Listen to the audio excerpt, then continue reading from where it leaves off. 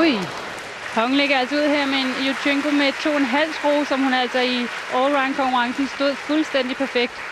Men her må hun altså sætte sig på numsen. Ser her hendes anden fase, for hun simpelthen ikke trykket nok af.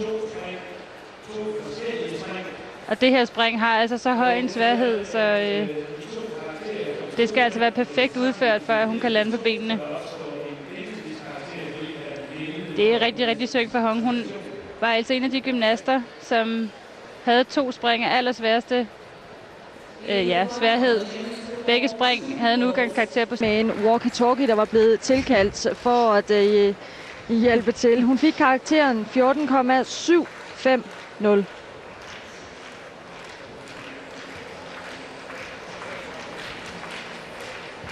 Ja, vi kan altså se på B-karakteren, er der altså et halvt point mellem 2 af dommerne. Det er altså rimelig meget i sådan en VM-finale. Nu vil vi se, om Hong kan gøre det bedre her i andet spring, som jo altså skal være anderledes i hendes første.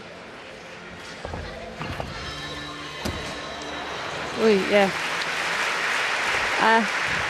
Her forsøgte hun jo altså at lave en Yurchenko med halv skrue efter hendes indspring her. Yurchenko flik-flak op og efterfulgt af skruebevægelse.